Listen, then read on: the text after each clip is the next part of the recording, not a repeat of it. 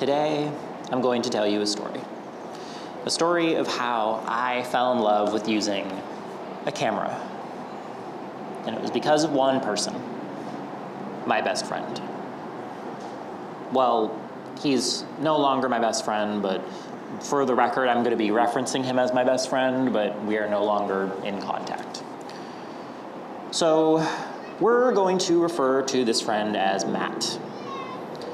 Matt and me knew each other in high school, and we kind of connected. It was one of those friendships where we kind of just knew each other through a lot of people, as you do in high school. But we're going to skip ahead to my sophomore year of high school, around the time that I met him. For my 16th birthday, I got a Canon Rebel TI6, and I still have the video on my phone. But that, to me, genuinely was like the best day of my life. Getting a camera that I could shoot on that wasn't my phone was actually really helpful and cool. And I still remember I have pictures of like my first basketball game that I shot and my first sporting events that I ever went to and recorded videos for. Like, I was on the top of the world with my camera because I remember I was bringing it everywhere with me. Like, I was already known as the photographer guy before I even had a camera, but I love taking pictures of people. Or not people necessarily, but just like events and scenery and nature. That's how I started out, was with nature photography. Then fast forward like maybe a year later, we're hit with the pandemic. Am I allowed to say that on here? I don't know, but we had that happen, that whole thing. And then, we all couldn't leave our houses, and that's when I kind of discovered I wanted to get really into portrait photography, self-portraits specifically, since I couldn't really see anybody else. At the time, I didn't have siblings, and yeah. So the only person I could really take pictures of was myself. So that's when I learned a lot about my style, and I dabbled in makeup a little bit, but realized it wasn't really my thing.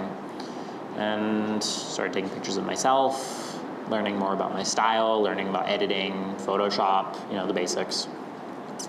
And then eventually, once the news told us that, hey, you can go outside and socialize again, I wanted to see Matt.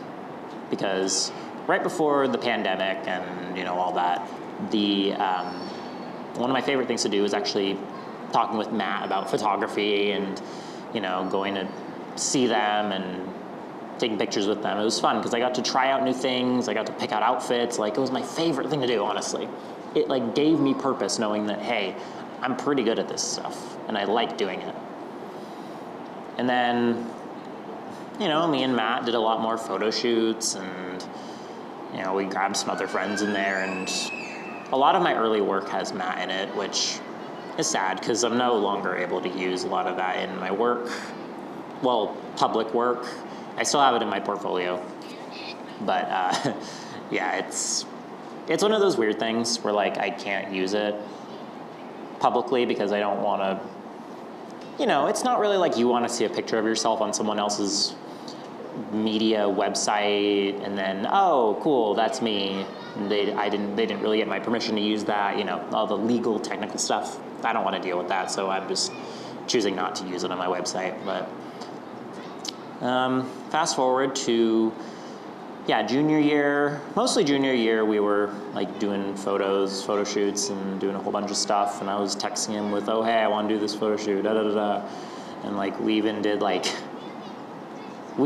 yearly, on I think our friendiversary, whatever you want to call it, we did a photo shoot. We did that for 3 years, and it was actually pretty cool because I never had a friend to do something like that with. So with Matt, it was different, I guess, to get a chance to do something like that. But it was. Now's where we kind of get to the sad part of the story. So around what would have been my freshman year of high school, not my freshman year of high school, freshman year of college.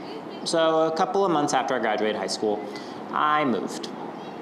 And unfortunately, the reality of moving is that if you don't live next to someone, you're most likely going to fall off with them or not really be as close.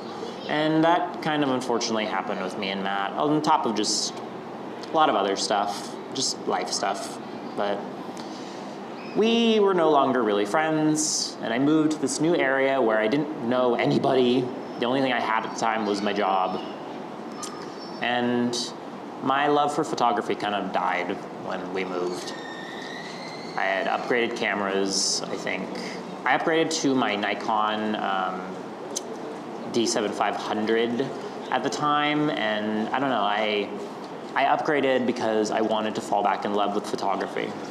I wanted to discover why I really loved shooting and capturing moments, and why I loved discovering new ways to take pictures and editing.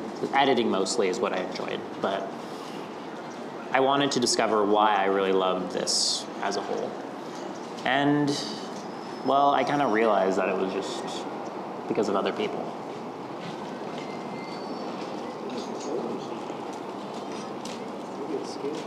Because of other people, I learned that, hey, I'm a creative person, and I love working with other people. And Matt kind of helped me to realize that. So thank you, Matt. I appreciate you, and wherever you are out there in the world, whatever you're doing, I hope you're doing good. I do miss you. I'm not gonna lie about that, but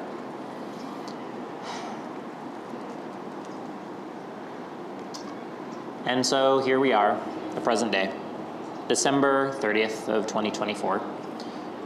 It's been about 4-ish years since, you know, everything kind of happened, and hey, it just, life. Life is all I can really say happened. I'm not even gonna pretend like I wasn't someone who did something wrong. Like, there were definitely things that I did wrong, but it just made me really sad to lose someone that I truly could say I had a best friend. Someone that I was best friends with, I guess would be the proper grammar. But yeah, it was sad to lose not only a friend that day, but losing possibly a passion, possibly a career.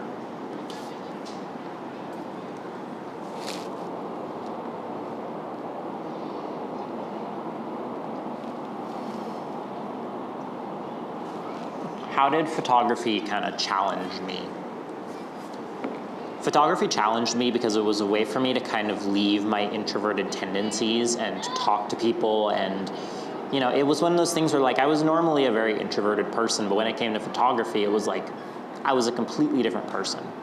I loved meeting people and offering photo shoots during lunch, and, you know, there'd be times where I'd even be having a little, like, hey, everybody meet at so-and-so's, like, back office and let's take photos, or, you know, and I still have a lot of good photos from that time.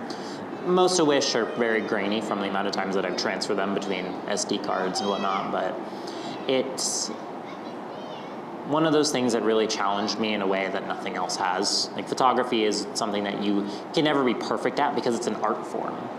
It's something that you're not going to be perfect at in the first go. You're not going to take the best photo or make the best editing preset. Like, you're not going to be perfect at it from the get-go, and that's okay, because it's the journey of learning how to edit and take these great photos that's really a big part of it.